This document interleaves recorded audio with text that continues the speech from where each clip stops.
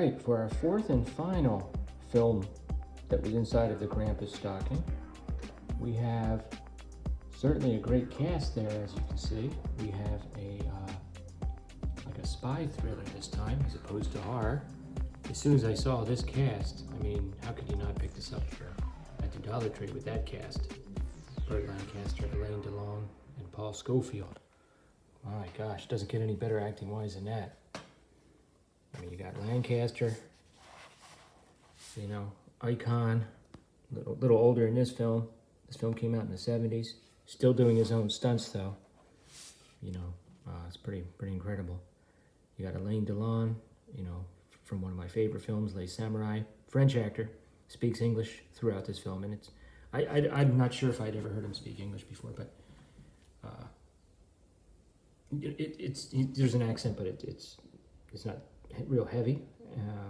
He's very good in this. And then you have Paul Scofield in a supporting role. Fantastic actor from Quiz Show and Henry V and many other films. This is a spy thriller, basically, guys. Michael Winner film. Lots of double crossing. Okay.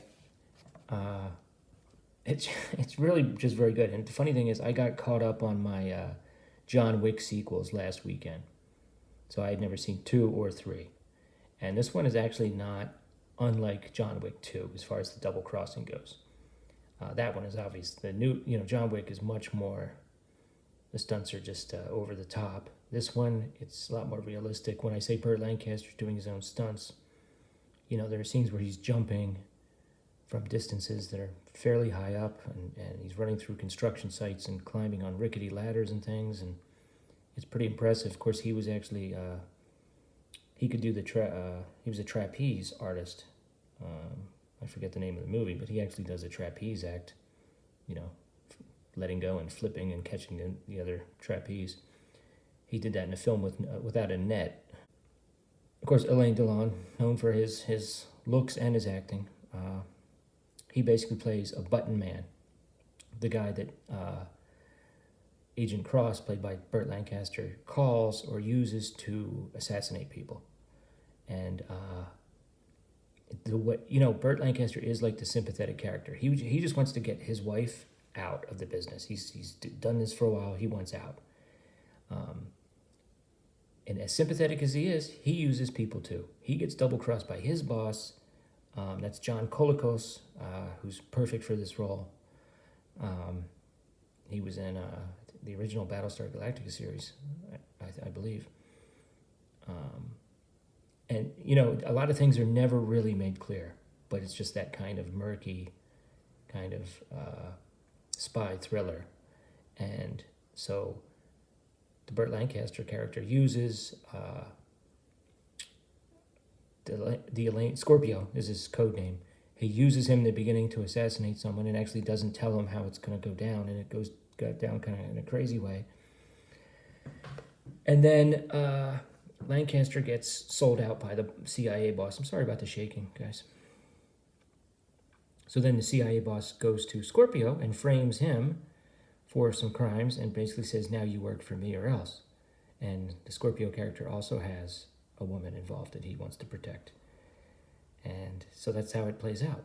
And it's really pretty good. Lancaster, he's an expert. He can run into any European city, and he has contacts, he has ways of hiding. Paul Scofield plays he's a Soviet agent, who has been a rival of Cross, Burt Lancaster, and also in a way a friend.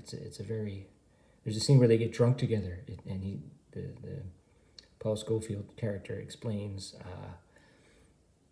talks about the Soviet Union. It's pretty good.